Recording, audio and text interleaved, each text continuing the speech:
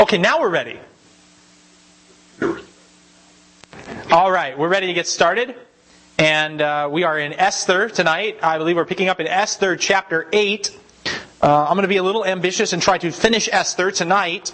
And then Sunday, hopefully, we'll start something new. We'll probably do something New Testament. Because I guess we haven't done something New Testament in this class in forever. At least I don't think I've taught much New Testament in a while in this class. But we'll pick up in Esther chapter 8. Before we begin, let's have a word of prayer. Lord our God, our Father, our Creator, our Redeemer, we thank you, Father, that you have done so much for us, that you have redeemed us to be a people for your own possession, that you have purchased us from the earth so that we might dwell in eternity with you. And we know, Father, there are times when we don't understand how you are acting in the world, and we perhaps don't see all of the little things that you are doing, but we know, Father, that you are in control, that in the end, even if we don't know what tomorrow holds, we know that you hold tomorrow. And we ask, Father, that you'll help us to put our trust in you, our faithful Redeemer and Creator, and help us to not stray from your path to the right or to the left. It's in the name of Jesus Christ, our Lord and Savior, we pray. Amen. All right, we are in Esther chapter 8. And kind of, I don't know, it feels like the story of Esther, as you know it as a kid, kind of ended with chapter 7, with Haman getting hanged on his own gallows. And chapter 8 has some things about the Jews being saved from their enemies. And then, what do you do with that? We got 3 more chapters in the book. Although it's debatable whether chapter 10 should have been its own chapter, because it's only 3 verses long. Once again, we are wondering what they were doing with these chapter divisions. I'm sure you love that. Yeah, well, I don't know. It kind of makes sense there, I guess, but it's just weird to have a whole chapter that's 3 verses long. But in Esther chapter 8, 9, and 10, we're kind of wrapping up the story, if you will. The story that doesn't mention God and yet talks about the salvation of God's people, the Jewish nation here. And in Esther chapter 8, after Haman has been hanged on his own gallows and his plot has been exposed to the king, we read Sunday morning the first couple of verses where Esther and Mordecai get all of Haman's stuff. On that day, King Ahasuerus gave the house of Haman, the enemy of the Jews, to Queen Esther. And Mordecai came before the king, for Esther had disclosed what he was to her. The king took off his signet ring, which he had taken away from Haman, and gave it to Mordecai. And Esther set Mordecai over the house of Haman. Then Esther spoke again to the king, fell at his feet, wept, and implored him to avert the evil scheme of Haman the Agagite and his plot which he had devised against the Jews. The king extended the golden scepter to Esther. So Esther arose and stood before the king. Then she said, "If it pleases the king, and if I have found favor before him, and the matter seems proper to the king, and I am pleasing in his sight, let it be written to revoke the letters devised by Haman, the son of Hammedatha the Agagite, which he wrote to destroy the Jews who are in all the king's provinces. For how can I endure to see the calamity which will befall my people? And how can I endure to see the destruction of my kindred?" So King Ahasuerus said to Queen Esther and to Mordecai the Jew, "Behold, I have given the house of Haman to Esther, and him they have hanged on the gallows because he had stretched out his hands against the Jews. Now you write to the Jews, as you see fit, in the king's name, seal it with the king's signet ring, for a decree which is written in the name of the king and sealed with the king's signet ring may not be revoked." Alright, so Esther and Mordecai get all of Haman's stuff. There's that transfer of authority. We talked about that on Sunday. The king takes the signet ring from Haman, gives it to Mordecai. We talked about a bunch of different ways in which that might foreshadow Jesus and the ruler of this world having his power taken away from him and given to Christ in that respect. Esther comes before the king. She falls at his feet. She begs him to avert the evil scheme of Haman the Agagite, the enemy of the Jews. The king extends the golden scepter to her again, because we've already done this once. And she asks the king basically to write letters repealing the law. And what's the problem with repealing that law? Before we get to that, Oh. something I noticed here. The difference in the way we told the story and the way we tell the story. Mm-hmm. It says that she fell down at the king's feet. Then it says the king held out a scepter to her. Now, chronologically, it would have had to have happened the other way around. Approach the king, he would have had to held out a scepter so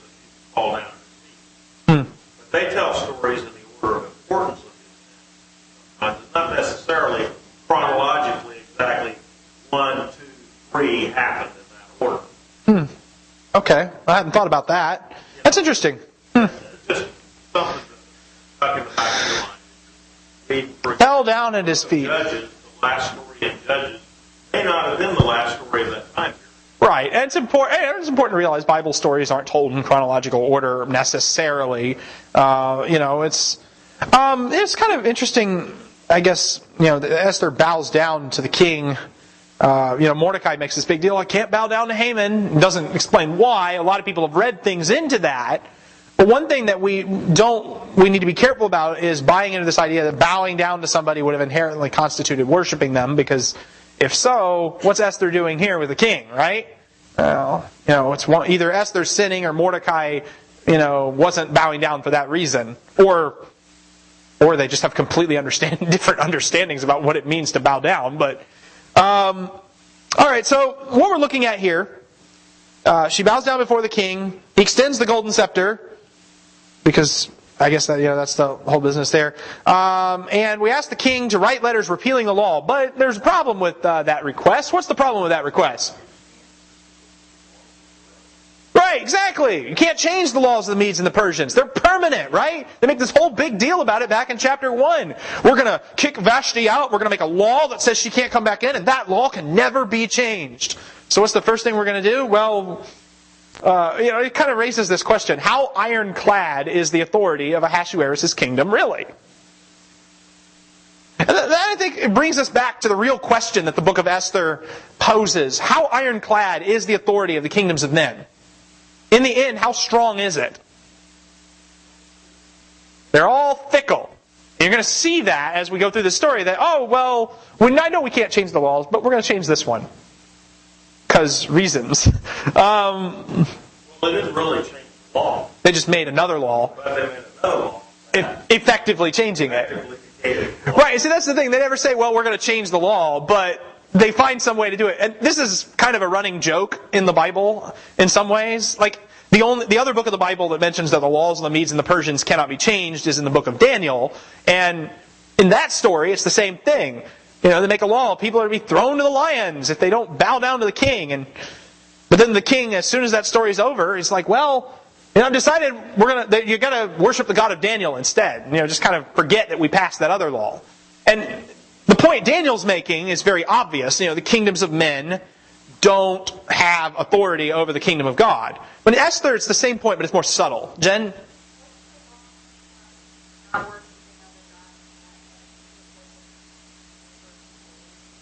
Yeah, it was a 30-day time limit.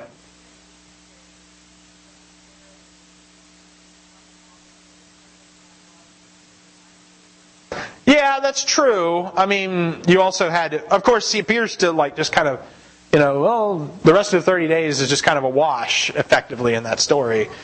Alright, so Esther can't endure the destruction of her people. Ahasuerus responds by saying, okay, we've given the house of Haman to Esther. Haman's been hanged. And the king has learned from his mistakes and doesn't trust anybody else with a signet ring again, and doesn't, I want to carefully oversee whatever piece of legislation you write. That's what he does, right? He says, I messed this up, so you think. Right, exactly. You can write whatever letter you want and seal it with the king's ring. Verse 8. And this is another comic irony in the story, because decrees written in the king's name and with his signet ring are irrevocable. And he brings it up here in verse 8. That a decree which is written in the name of the king and sealed with the king's signet ring may not be revoked. You've got real power behind you now. I was like, but that's the same power that was behind the other decree. So what are we supposed to do about that? And in fact, Ahasuerus seems to be almost completely forgetting the fact that the first decree was also written in his name and also sealed with his ring and also done completely without his knowledge.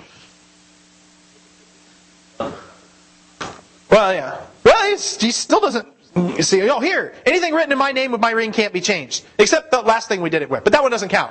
No, it's kind of. The fact that Ahasuerus tells them, write whatever you want and sign my name to it, calls into question whether he's truly learned anything. He's not a character that really grows throughout the story. Yes, Mary.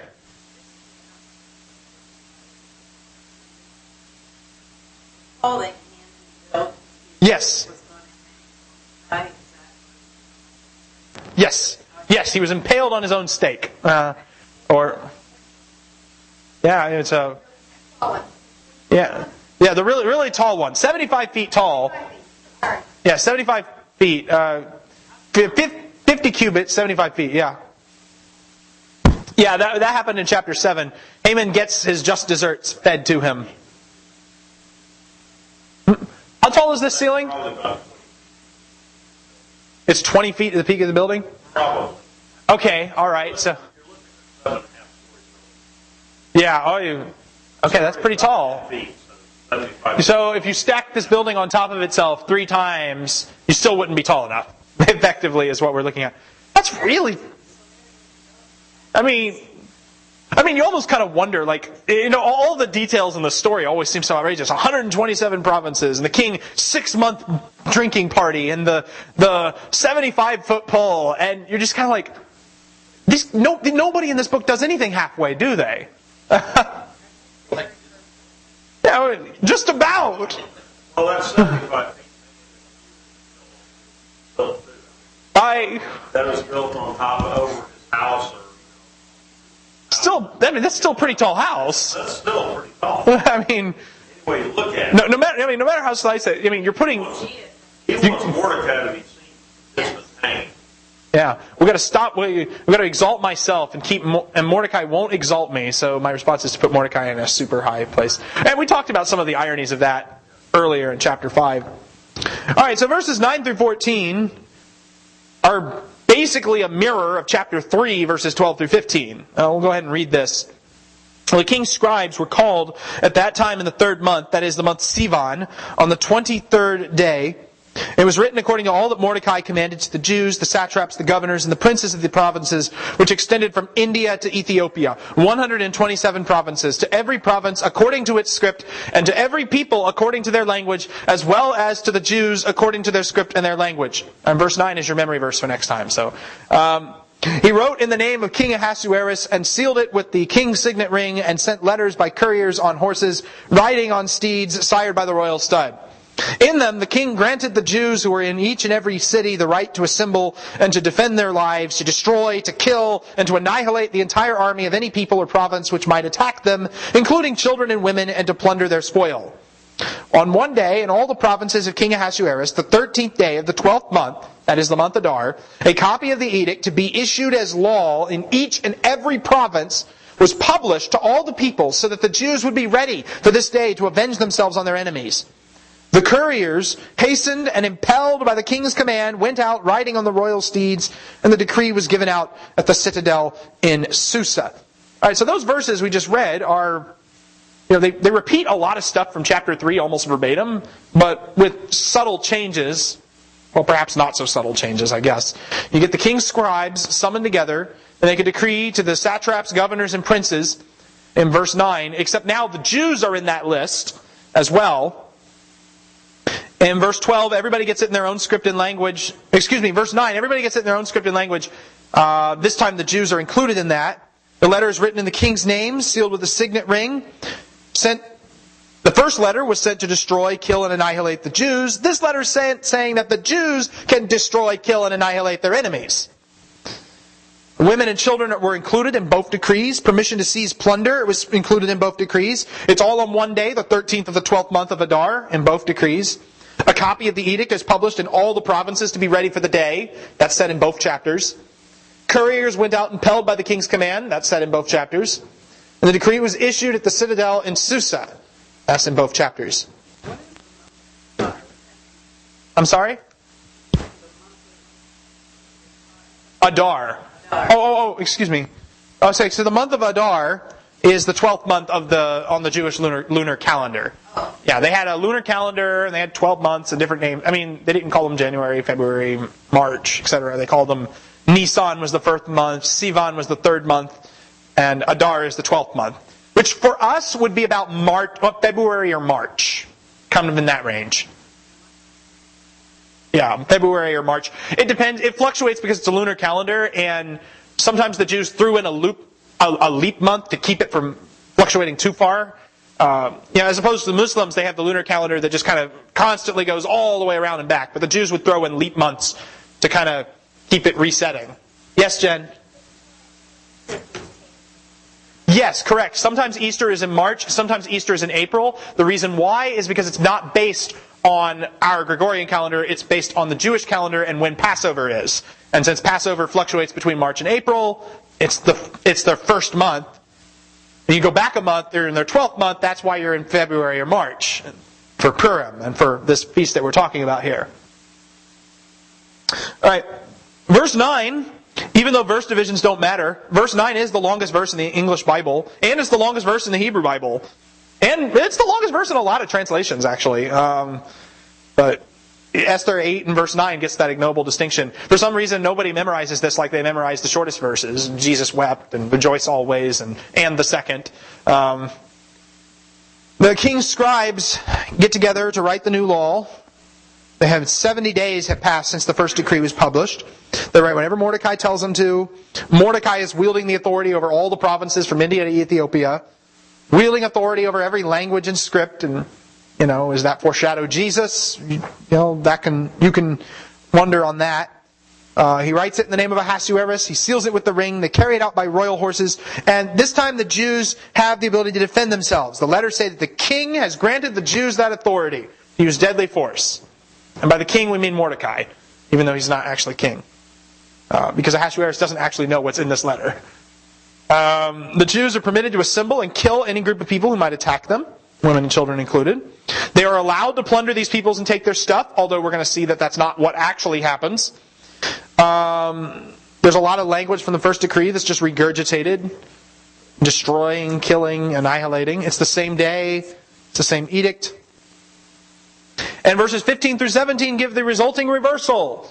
Mordecai went out from the presence of the king in royal robes of blue and white, with a large crown of gold and a garment of fine linen and purple. And the city of Susa shouted and rejoiced. For the Jews there was light and gladness and joy and honor in each and every province and in each and every city. Wherever the king's commandment and his decree arrived, there was gladness and joy for the Jews, a feast and a holiday. And many among the peoples of the land became Jews, for the dread of the Jews had fallen on them. Mordecai now has... Well, what does Mordecai look like now? What's he look like? A government official. He's wearing a royal crown on his head. Huh? Yeah, he kind of looks kingly, doesn't he? Yeah. Now, in chapter 4, he was wearing sackcloth and ashes. Now he's wearing this robe of blue and white, a crown of gold, a garment of fine linen and purple. And, when you really appreciate the fact that, you can't buy $5 purple t-shirt at Walmart back then. Purple was expensive. You didn't own it unless you were a super rich person. You didn't have blue unless you were a super rich person. So it's a big deal. His glory mirrors the glory of King Ahasuerus. Everybody shouts and rejoices. You have that whole business of light and gladness and joy and honor. And it's pretty much the opposite of chapter 4, where the Jews in the provinces were fasting and weeping and wailing and laying in sackcloth and ashes. And there's a mass conversion, which is kind of interesting. In verse 17, many of the people of the land become Jews. Why did they become Jews? They were afraid. They didn't want to die. Yeah. Is Jesus foreshadowed in these verses? Is Jesus foreshadowed by these verses?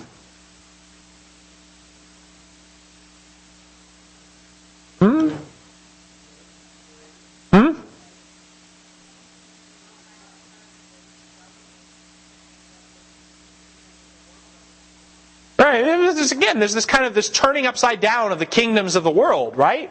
You got that whole business.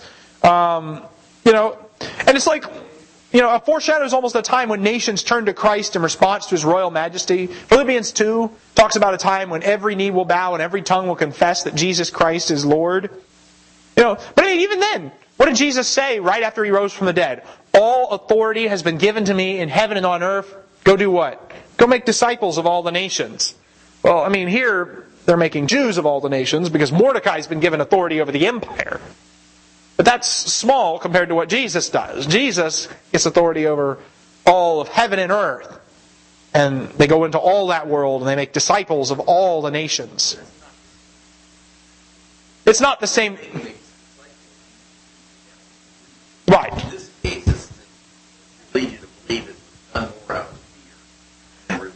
believed.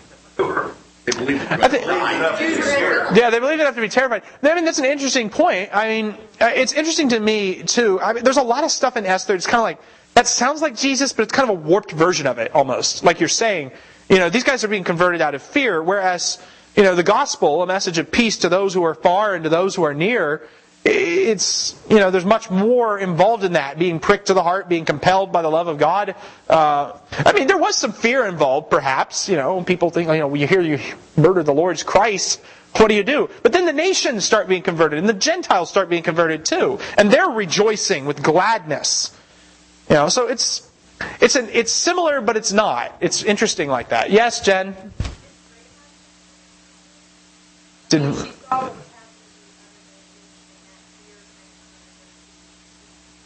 it raises now we have to get into a whole discussion about what do we mean when we say fear? What do we mean when we say fear?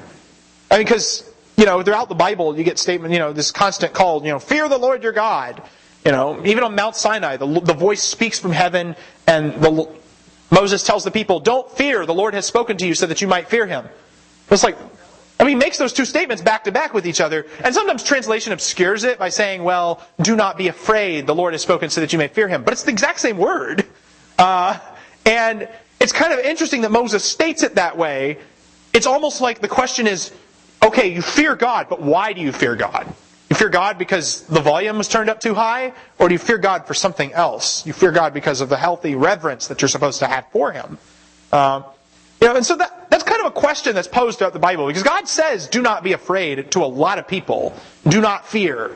But then He also tells people to fear Him. And the fear of the Lord is the beginning of wisdom. So, is fear a good thing? Is fear a bad thing? Well, it depends on why you have fear. And what you really fear. So that's just kind of 2 cents on that, without getting too deep into the weeds on that point. Does it kind of clarify a little bit? Chapter 9. The Jews destroy their enemies. In the 12th month, so 9 months later, in the 12th month, that is the month Adar, on the 13th day, when the king's command and edict were about to be executed, on the day when the enemies of the Jews hoped to gain mastery over them, it was turned to the contrary, so that the Jews themselves gained the mastery over those who hated them.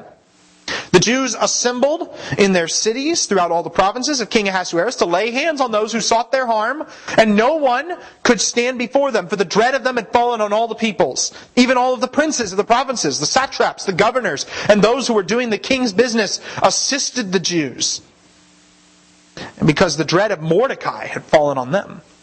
Indeed, Mordecai was great in the king's house, and his fame spread throughout all the provinces, for the man Mordecai became greater and greater. Thus the Jews struck all their enemies with the sword, killing and destroying, and they did what they pleased to those who hated them. At the citadel in Susa, the Jews killed and destroyed 500 men. And Parshandatha, Dalpon, Aspatha, Porata, Adalia, Aradata, Parmasta, Arisai, Aradai, and Vaizatha, the 10 sons of Haman, the son of Hamadatha, the Jews' enemy. But they did not lay their hands on the plunder. Okay, so that was... verse. Right, yes, they did not lay their hands on the plunder. On that day, the number of those who were killed in the citadel in Susa was reported to the king. The king said to Queen Esther, the Jews have killed and destroyed 500 men and the 10 sons of Haman at the citadel in Susa. What then have they done in the rest of the king's provinces? Now, what is your petition? It shall even be granted you. And what is your further request? It shall also be done. Then said Esther, if it pleases the king, let tomorrow also be granted to the Jews who are in Susa, to do according to the edict of today, and let Haman's 10 sons be hanged on the gallows. So the king commanded that it should be done so, and an edict was issued in Susa, and Haman's 10 sons were hanged. The Jews who were in Susa assembled also on the 14th day of the month Adar, and killed 300 men in Susa, but they did not lay their hands on the plunder. Now the rest of the Jews who were in the king's provinces assembled to defend their lives and rid themselves of their enemies and kill 75,000 of those who hated them. But they did not lay their hands on the plunder. This was done on the 13th day of the month Adar, and on the 14th day they rested. It made it a day of feasting and rejoicing. But the Jews who were in Susa assembled on the 13th and the 14th of the same month, and they rested on the 15th day and made it a day of feasting and rejoicing. Therefore, the Jews of the rural areas who live in the rural towns make the 14th day of the month of Adar a holiday for rejoicing and feasting and sending portions of food to one another. All right, so the day arrives, 13th day of Adar, 12th month. This was the day when the king's command would be executed. And by the king, we'll put king in quotes almost because it was really Haman's command. He was the one that wrote it, signed the king's name to it. And on that day, the Jews' enemies hoped to gain mastery over them. But instead, what happened? It was turned to the contrary. It was flipped over. It was reversed. It's almost apocalyptic. One of the key characteristics when you read apocalyptic literature is this sudden reversal. The enemies are closing in. They're surrounding our city. They're surrounding our camp. They're surrounding our house. They're going to break in. They're going to kill us all. All hope is lost. And then all of a sudden, God sends a lightning bolt from heaven and incinerates all of them and turns the tables on the enemies and saves the day. That's the theme of a lot of apocalyptic literature. But it's also true in Esther, which is not something you think of as apocalyptic. It's like, what we see in Daniel 7. I kept looking, and that horn was waging war with the saints and overpowering them until the Ancient of Days came. And judgment was passed in favor of the saints of the highest one, and the time arrived, and the saints took possession of the kingdom. There's a scene... I'm sorry? Yeah, King Ahasuerus is still alive at the end of the story. Yeah. He goes through the end of the story. We'll talk about that. There's a passage in Zechariah 14 that describes a scene where all the nations surround Jerusalem and they want to plunder it, and God just suddenly flips everything around and plunders them instead. You think of Revelation 17 verse 14. These will wage war against the Lamb, and the Lamb will overcome them because He is Lord of lords and King of kings, and those who are with Him are the called and chosen and faithful. Now, these are all passages that talk about God flipping the circumstances, changing things around, making it reverse. Here in Esther, they were seeking to gain mastery over the Jews, but then it was turned to the contrary. Who turned it to the contrary? Doesn't say. We're just going to go wandering around wondering, I wonder who could have done this. It's like a big whodunit mystery. Only we've, read clues in the rest of the Bible to figure it out. Well, who turned it to the contrary? God did, yeah. And so once again, we have this situation. It's like, well, how did that happen? It wouldn't have happened without the Lord. And in fact, you look at the language that's thrown out there. No one could stand before them in verse 2. That's usually God's doing. When that phrase appears in the Bible, in Joshua or in 2 Chronicles, it talks about how no one will be able to stand before you because the Lord is with you. No one stood before them because the Lord was with them. Here in Esther 9 verse 2, no one could stand before them. Doesn't say why. Well, fill in the blank. You look at another phrase here. Dread fell on all the peoples because of them. Now again, when you read the rest of the Bible, what does it usually mean when dread falls on somebody, on a group of people?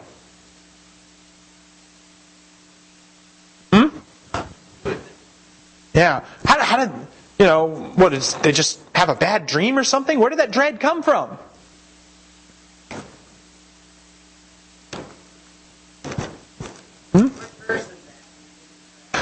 Verse 2. Yes, no one could stand before them, for the dread of them had fallen on all the people. You read something like, Deuteronomy 2. In Deuteronomy 2 in verse 25, when Moses is talking about Israel in the wilderness and how they fought this battle, and God makes this comment, "This day I will begin to put the dread and fear of you upon the peoples everywhere under the heavens, who, when they hear the report of you, will tremble and be in anguish because of you." God puts the dread on them so that they can win the battle. And you read the Song of the Sea in Exodus chapter 15. In Exodus 15 and verse 16, makes a comment as they're crossing the Red Sea, and the Egyptians are pursuing them, and in verse 16 it says, "Terror and dread fall upon them by the greatness of your arm. They are motionless as stone." By the greatness of your arm. So God puts dread on the Egyptians, on the Canaanites, on all the peoples they come up against. You read Esther 9 and verse 2, the dread of them had fallen on all the peoples. Well, who made it fall on them? Fill in the blank. So you start seeing these little clues here, like, that was God every other time I read that phrase. Is it God here as well? The royal officials assisted the Jews in verse 3. Why did the royal officials assist the Jews in verse 3? They're scared of Mordecai. What was that? Yeah, they got the royal decree. They're afraid of Mordecai now. Mordecai has replaced Haman. Where they once feared Haman, they now fear Mordecai. You got two contradictory decrees from the king. Which one are you going to enforce? Are you going to enforce the one where the guy that wrote it is dead, or are you going to enforce the one where the guy that wrote it is your boss? So it kind of raises that practical question. I'm sorry? Yeah. Correct.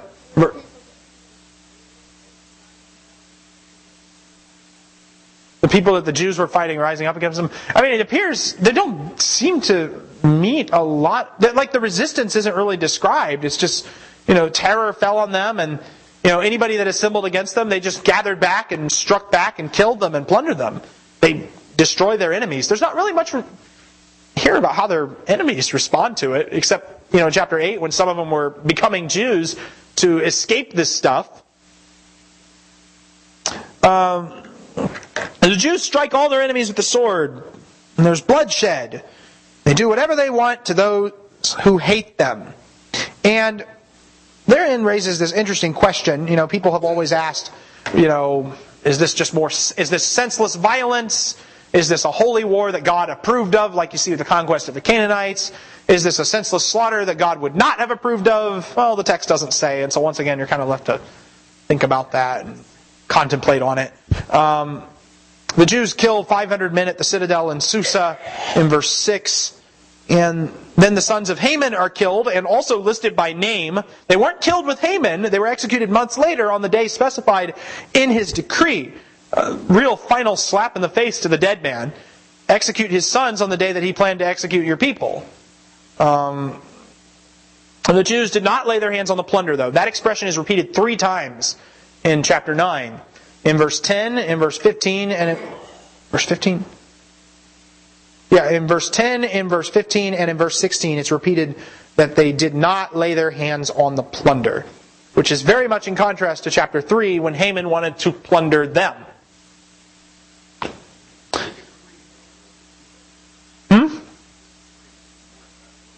Yeah. Oh. You can defend yourselves, and they defended themselves with deadly force, right? Yeah.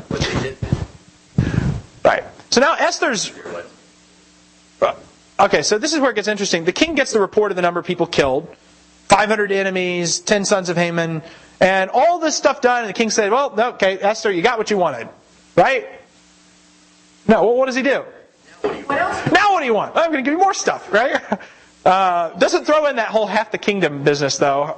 I guess basically effectively got that with Mordecai being in power. And where last time Esther had asked for her life in chapter 7 and verse 3, this time she asks to more time to have people killed. We haven't had enough time to execute people. And also she wants the 10 sons of Haman to be impaled on stakes as well, or hanged on gallows in verse 13. If it pleases the king, let tomorrow be granted to the Jews who are in Susa to do according to the edict of today, and let Haman's 10 sons be hanged on the gallows, or, impaled on the stakes. And so the king issues another edict. We're going to do all the stuff that Esther just asked. So much for that law that the king made earlier about how men are supposed to be masters in their own house. Esther seems to be writing more legislation than the king is at this point. He's just doing a lot of delegating to his wife, right? Yeah. I do think there is something in the fact that the story begins with the king being all gung-ho about, only, men are to be masters in their house. My wife has to obey me or else. And now here at the end of the story, he's obeying his wife instead. So there's kind of this, just does whatever, yes dear, does whatever he does, whatever she asks without question. Alright, so they have another day of killing. And this isn't even in self-defense. This is just, hey, we're going to have another day of killing. And they killed another 300 men, but they don't take the plunder. And meanwhile, verses 16 and 17 report what happened in the rest of the provinces. The Jews assembled to defend their lives and get rid of their enemies, and 75,000 people who hate them wound up dead. And they don't take the plunder either. And so this this description, this explanation kind of leads to a question about what are we doing with the days here. Everywhere else in the kingdom, they do all the killing on the 13th, they rest on the 14th. But if you live in Susa, there's killing on the 13th, killing on the 14th, and then rest on the 15th. So you got 2 different days of rest. And why bring all that up, right? Well, the reason why is because they're explaining a ritual that is going on with Purim. And we're going to talk about that in just a moment. Yeah, would these people have fought back? The text doesn't say. I assume they would have, but you would think they would have, but the text doesn't really talk about it. It's like you're being attacked. You're going to fight back? Well, what's the worst that could happen? They execute me worse than it was? I really don't know. The difference in days, they make a big explanation about the difference in days here, is an explanation of how the holiday is celebrated. And, the Jews in the rural towns make the 14th the holiday, whereas the Jews in the walled cities make the 15th the holiday. And that's something that actually persists to this day. When Jews celebrate Purim, most of the time it's on what would have been the 14th. But if you live in the area of Susa, or if you live in any other city that was considered a walled city at the time, then they celebrate it on the day after. And that's actually a Jewish ritual that still happens today. Speaking of the holiday, let's talk about Purim, verses 20 through 32. Mordecai recorded these events, and he sent letters to all the Jews who were in all the provinces of King Ahasuerus, both far and near, obliging them to celebrate the 14th day of the month Adar and the 15th day of the same month annually, because on those days the Jews rid themselves of their enemies, and it was a month which was turned for them from sorrow into gladness, and from mourning into a holiday, that they should make them days of feasting and rejoicing, and sending portions of food to one another and gifts to the poor. Thus the Jews undertook what they had started to do, and what Mordecai had written to them. For Haman, the son of Hammedatha, the Agagite, the adversary of all the Jews, had schemed against the Jews to destroy them, and had cast pur, that is the lot, to disturb them and destroy them. But when it came to the king's attention, he commanded by letter that his wicked scheme, which he had devised upon the Jews, should return on his own head, and that he and his son should be hanged on the gallows. Therefore they called these days Purim, after the name of Pur. And because of the instructions in this letter, both what they had seen in this regard and what had happened to them, the Jews established and made a custom for themselves and for their descendants and for all those who had allied themselves with them, so that they would not fail to celebrate these 2 days, according to their regulation and according to their appointed time annually. So these days were to be remembered and celebrated throughout every generation, every family, every province, and every city, and these days of Purim were not to fail from the Jews, or their memory fade from their descendants. Then Queen Esther, daughter of Abihail, with Mordecai the Jew, wrote with full authority to confirm this second letter about Purim. He sent letters to all the Jews, to the 127 provinces of the kingdom of Ahasuerus, namely words of peace and truth, to establish these days of Purim at their appointed times, just as Mordecai the Jew and Queen Esther had established for them, and just as they had established for themselves and for their descendants, with instructions for their times of fasting and their lamentations. The command of Esther established these customs for Purim, and it was written in the book. Right, so Mordecai sends letters to those far and near. And what we see here, of course, the obligation in those letters is to celebrate the 14th and 15th of Adar about what has happened. This is the feast of Purim. Purim is a time where, verse 22, the Jews had rest from their enemies. I'm sorry? Purim. I'm saying Purim because, Im is the normal Jewish pronunciation of that, but Purim,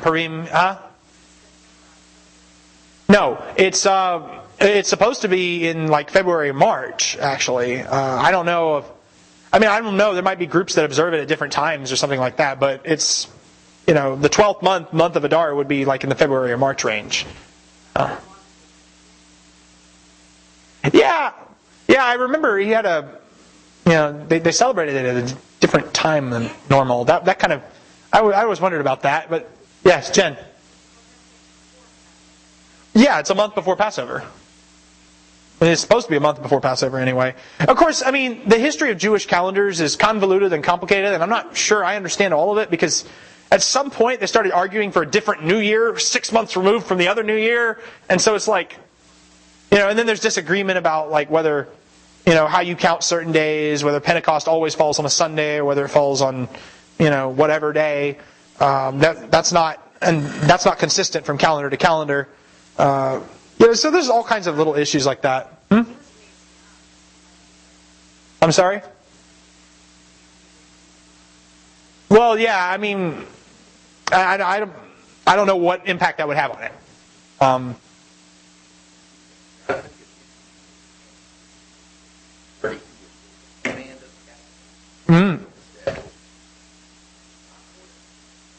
And yeah.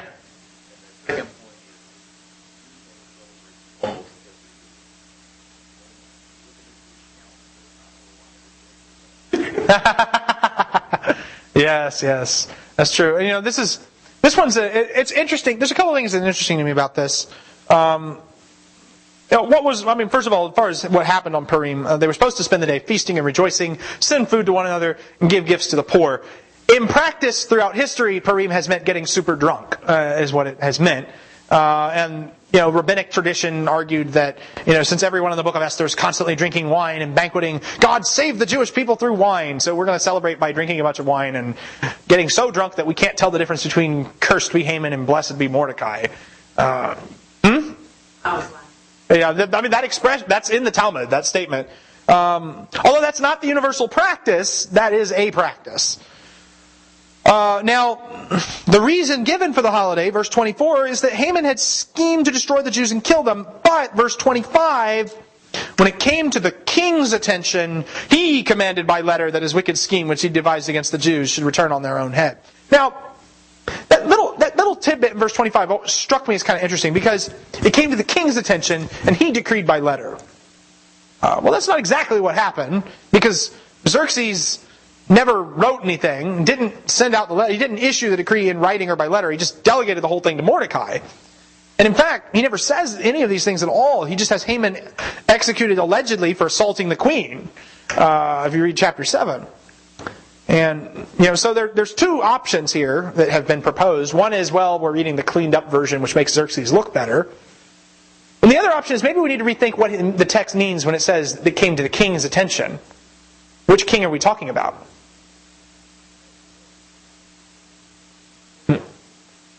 And it looks that way. But maybe there's another king who really reversed all this. Yeah, you think about it, and it's kind of like, it's just kind of, it seems like one of those weird little double meaning things where it's kind of like, maybe. Again, the text doesn't mention God throughout, but it's kind of like it came to the king's attention, and he issued by decree. Well, which king is it really that reversed all this?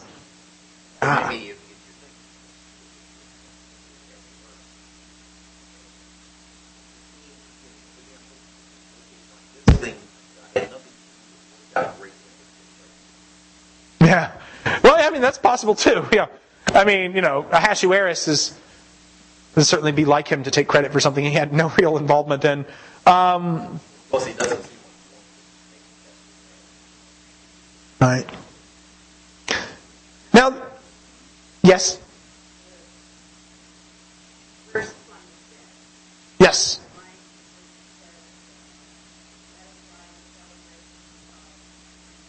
Yes. Yes.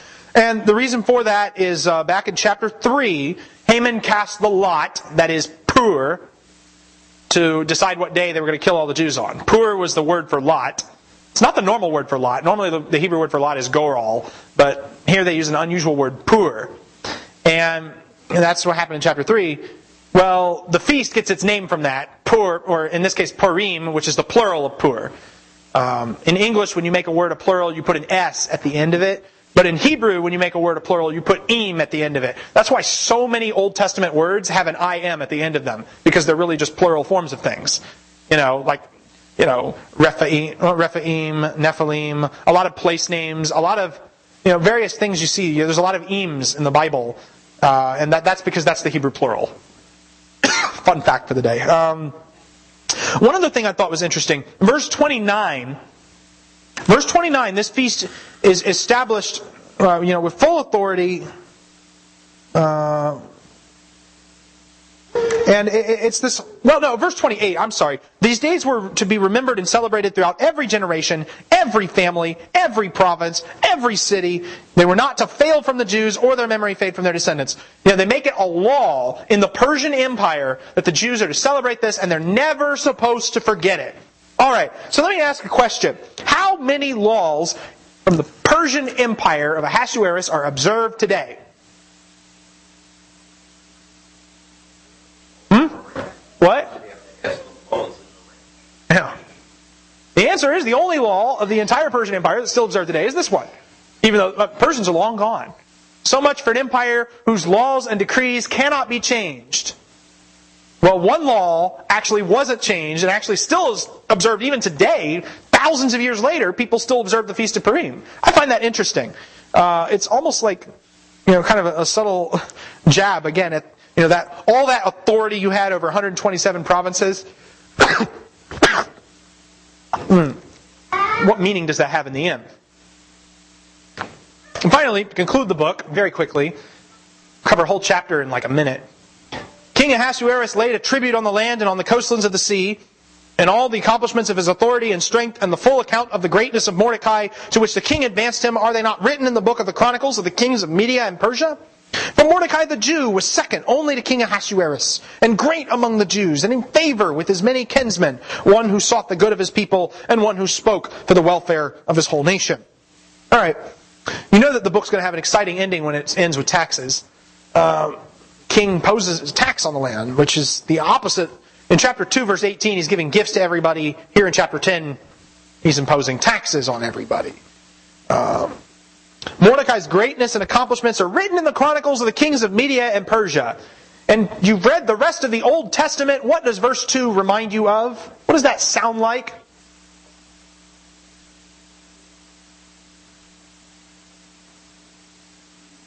Verse 2 look familiar of chapter 10? That kind of language. Where do you see that kind of talk?